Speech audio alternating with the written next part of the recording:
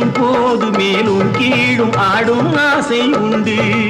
அந்த நேரம் நேரிலே சொர்க்கம் தோன்றுமோ, அந்த நேரம் நேரிலே சொர்க்கம் தோன்றுமோ. காணாததும் கேளாததும் காதலில் விளங்கிடுமோ.